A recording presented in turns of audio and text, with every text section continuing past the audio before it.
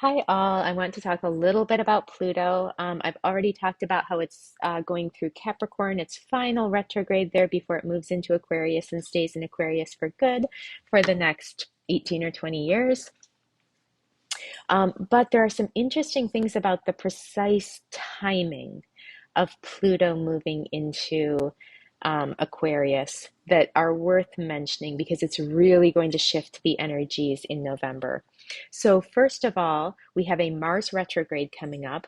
Mars retrogrades the least frequently of all of the planets, and Mars is going to be, and when Mars retrogrades, when you take into account the time it's moving forward into the degrees that it is going to retrograde through later, you take into account that shadow period, those initial degrees, and the time it takes to retrograde backward, and the time it takes to move forwards through those same degrees again. That's like a 6 month time period. So Mars is in its shadow and retrograde for a long time, half of a year. So as it happens, right now, this year, Mars is going to be retrograding between the Cancer Leo axis. So it's going to start retrograding in Leo, retrograde back through Leo into Cancer, and then move forward again. And that same Cancer Leo boundary, opposite the Cancer Leo boundary, is the Capricorn Aquarius boundary. And that is what Pluto has been retrograding over. So we essentially have Pluto and Mars opposite each other, Mars dancing over the Cancer Leo boundary, as Pluto on the other side is dancing over the the Capricorn Aquarius boundary. So we have two big planets, and Mars is moving more slowly than usual because it's approaching its retrograde. So Mars is moving more slowly, more deliberately, is packing more of a punch. So we have these two big energies opposing each other as Pluto is moving from Capricorn into Aquarius for the final time. So because of the way retrogrades work, Pluto moves so slowly, we can picture Pluto as being stationary. Mars is basically going to come up past Pluto, oppose it, move past it, retrograde back, oppose it again, continue retrograding back, and then go forward and oppose it again. So we're basically going to have three Pluto-Mars oppositions. The first one will be Cancer Capricorn, when Pluto is still in that final degree of Capricorn before it moves into Aquarius around November 20th. So the very first one will be Mars in Cancer, Pluto in Capricorn.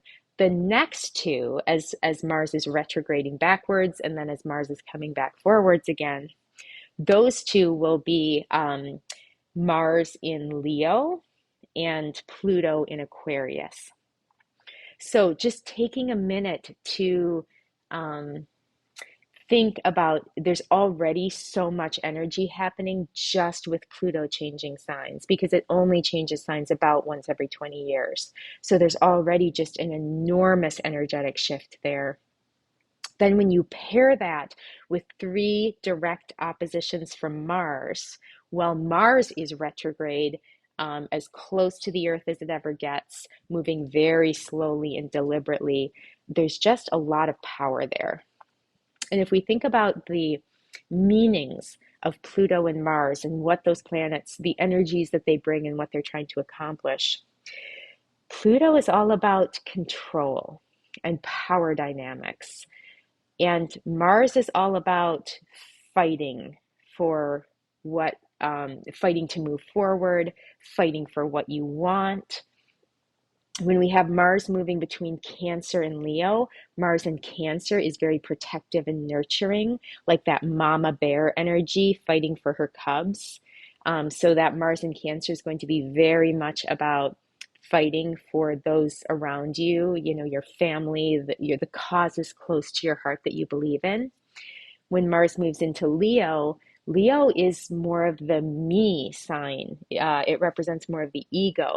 So there will be a transition from fighting for others, fighting for family, community causes, to fighting for ourselves and fighting for our authenticity. And as we have Pluto opposing Mars, which is trying to fight for these things, if there are any power imbalances or um, imbalances of control that are preventing us from moving forward, from protecting those we care about, for protecting ourselves, those are going to come to the forefront and cause a really big tension. So as we approach that November kind of time frame, in early November, we will get the first opposition of Mars and Pluto. And again, at that point, Mars will be in Cancer, Pluto will be still in Capricorn. So by early November, there's going to be this sense of, I want to take these actions. I want to fight for and protect my family, my loved ones, the causes I care about. There's going to be this really strong urge to protect and nurture and fight for those we care about. But at the same time, with that Pluto in that final anaretic degree of Capricorn, we are going to realize what is holding us back from really fighting that good fight. And it's, again, with Pluto, it's always about control imbalances. So there's this sense of there may be a person who has been influencing us and preventing us from really putting energy towards the causes, the people we care about.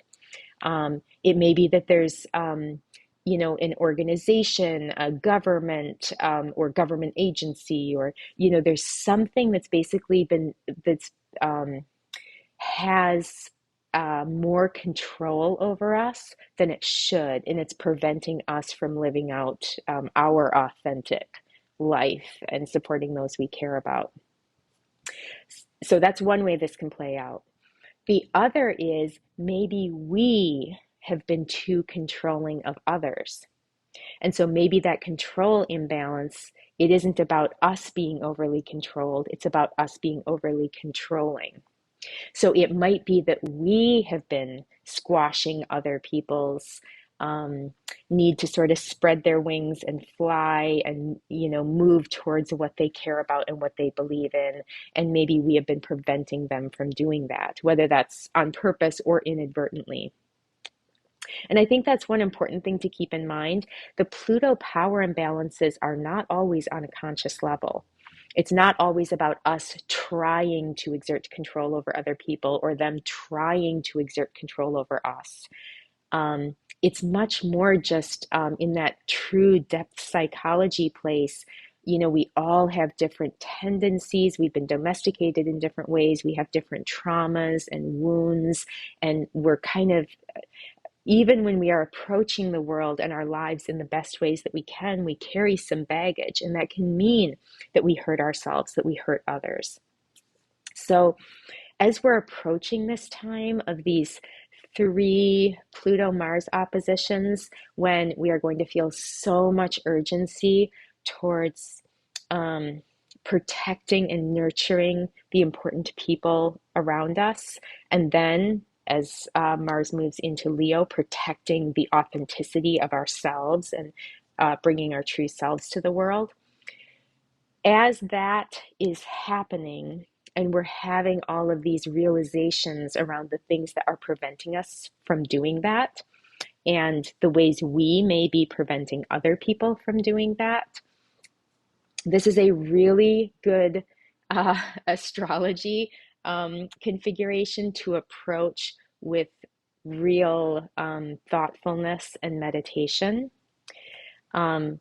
If we are approaching early November, knowing this is the energy that's coming and being open to seeing the darker side of us and ways that we may be holding people back, maybe in ways we don't even realize, but we'll be better able to have those conversations and push back on the control imbalances in a healthy, productive way. Because both Mars and Pluto by themselves have a lot of fighting power, and tend to want to just like get things resolved, fight if that's what it takes. But the way to approach this most productively is with a lot of understanding that the levels of um, control imbalance that we're talking about are so deep. And again, some of them may be so unconscious. A basic surface level fight or argument is not going to solve these deeper problems. This really, if we want to solve these deeper problems and rebalance the control dynamics in the relationships in our lives, it's incredibly important to approach this mindfully and with an open heart and an open mind and a lot of intention setting around finding the best balance in the relationships in our lives, whether that means us giving up some of the control we've been holding, or whether that means us taking back some of the control that we've given up. So, yeah, I wanted to bring this up because I do feel like this energy is coming. I'm already seeing it building. Almost everybody I'm talking to, there are some relationships in their lives where there's starting to be a greater tension and push and pull. And I'm starting to see these control imbalances start to come out in preparation for these three oppositions between Mars and Pluto. So again, just a reminder with all of the astrology configurations, everything that happens in the sky, there's a way to use it incredibly productively. But there's also a way to use it less productively. So hopefully we can all approach this time really mindfully and thoughtfully and come out of this the other side with really healthy relationship power dynamics, good boundaries, and us and all of the people around us able to be our best selves. The last thing I'll say again, I mentioned that the Mars retrograde period, by the time you factor in going direct to retrograde and going back direct again, takes about 6 months. So these three direct hits we have, where Mars and Pluto are opposing each other. The first one, early November. The second one, when Mars is retrograde, will be early January 2025.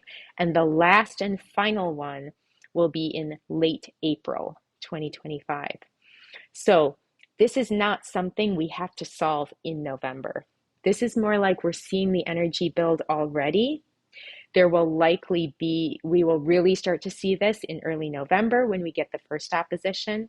And then when Pluto moves into Aquarius around November 19th and 20th, we'll probably see that energy build even more. But this is a 6-month-ish story. So again, don't feel like you need to come in solving all of these problems, telling everybody exactly how the relationships need to be going forward. This does not all have to happen in November. Start noticing now what's happening, set good intentions for productive relationships, good boundaries, and then over the next 6 months together, we can kind of work on resetting our relationships in the ways we need to. Thank you all so much, and sending love and light for these oppositions. I'm honestly excited for the ways this can benefit all of us in our lives and bring up maybe some deeper hidden problems that we've sort of buried deep down and have procrastinated dealing with. So there's just beautiful energy to help fix some of that now. But again, as always, it requires a little bit of work and mindfulness to use this most productively. Love and light.